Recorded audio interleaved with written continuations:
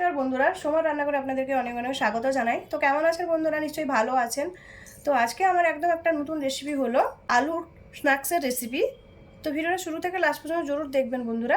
আজকে আমি আলুর একটা অন্য রকমের স্ন্যাক্সের রেসিপি করব। তার জন্য এখানে আমি আলুটা সেদ্ধ করে নিয়েছি। এখানে আমার আড়াইখানা আলু আছে। তো এখানে আমি কর্নফ্লাওয়ার দিব 1 চামচ,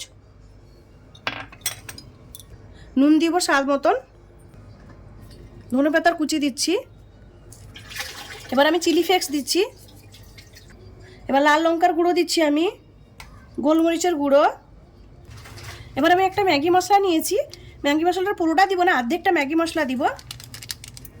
এবার আমি অল্প একটু বাটার নিয়েছি, বাটারটাও দিয়ে দিলাম।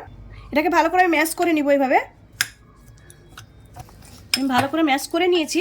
এখানে আমি ব্রেড ক্রাম্ব দিয়ে দিচ্ছি, 2 চামচ ব্রেড ক্রাম্ব দিলাম। এটা ভালো করে মিক্স করে নেবো, ব্রেড ক্রাম্বটা দিও এভাবে। এটা আমি ভালো করে মিক্স করে নিয়েছি। এটা একটা প্লেটে ঢেলে নিব। প্লেটের মধ্যে আমি একটু কর্নফ্লাওয়ার ছড়িয়ে নিব এইভাবে অল্প করে ঢেলে নিয়েছি আমি এটাকে ভালো করে। তো এটাকে আমি একটা শেপ তৈরি করে নিব এইভাবে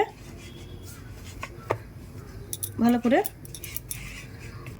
এভাবে আমি একটা শেপ দিয়ে নিয়েছি, লম্বা করে নিয়েছি। এবার আমি কেটে নিব এটাকে। এবার আমি কেটে নিব, একটা চাকু নিয়েছি, চাকুতে আমি কেটে নিব।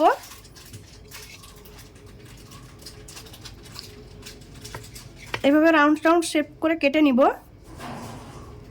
দেখুন আমি সুন্দর করে কেটে নিয়েছি। এটা যে কোনো শেপে আপনারা দিতে পারেন। তো এইভাবে আছে, আপনারা চাইলে ট্রায়াঙ্গেলের শেপেও দিতে পারেন, রাউন্ড করে নিতে পারেন। তো আমি একটু চ্যাপটা করে নিয়েছি। আমি একটা বাটি নিয়েছি, বাটির মধ্যে কর্নফ্লাওয়ার দিয়ে দিচ্ছি 2 চামচ। এটা জল দিয়ে আমি গুলে নিব, অল্প করে জল দিয়েছি। তো এটাকে ভালো করে গুলে নিব এইভাবে। এবার অল্প করে গোলমরিচের পাউডার দিলাম, নুন দিচ্ছি অল্প করে, ভালো করে মিক্স করে নেব নুন আর কর্নফ্লাওয়ারটা। আমি এখানে ব্রেড ক্রাম্ব নিয়ে নিয়েছি, আর এখানে কর্নফ্লাওয়ার জলের মধ্যে আমি এটা চুবিয়ে নিব। এভাবে চুবিয়ে নিয়ে আমি ব্রেড ক্রাম্বে লাগিয়ে নিব, এভাবে লাগিয়ে নিব সুন্দর করে।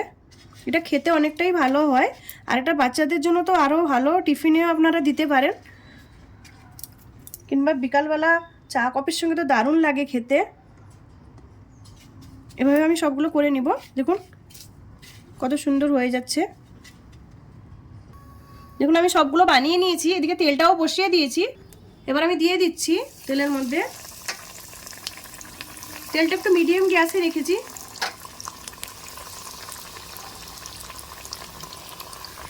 এবার আমি উল্টে দিব। খুব সুন্দর করে ক্রিস্পি একদম লালও হয়ে গেছে এক সাইডটা। এবার উল্টে দিব। দেখুন এটা খুব লাল করে ভাজা হয়ে গেছে। এইভাবে লাল করে কালারটা দেখুন কত সুন্দর কালারটা আসছে। এইভাবে ভাজতে হবে একদম লাল করে। তো এটাকে আমি তুলে নিচ্ছি, এটা হয়ে গেছে। এইভাবে বাকিগুলো আমি ভেজে নিব সবগুলো। আলুর আমার স্ন্যাক্সের রেসিপিটা রেডি হয়ে গেছে। দেখুন কত সুন্দর ক্রিস্পি হয়েছে। তো আমি একটা ভেঙে দেখাচ্ছি। দেখুন ভিতর থেকে কত সুন্দর হয়েছে দেখুন আলুটা। তো আমার আলুর এই স্ন্যাক্সের রেসিপিটা যদি ভালো লাগে লাইক করুন, শেয়ার করুন, সাবস্ক্রাইব করুন, আর আমাকে কমেন্ট করে জানান আমার আলুর এই স্ন্যাক্সের রেসিপিটা কেমন লাগলো। ধন্যবাদ বন্ধুরা, ভালো থাকেন, সুস্থ থাকেন।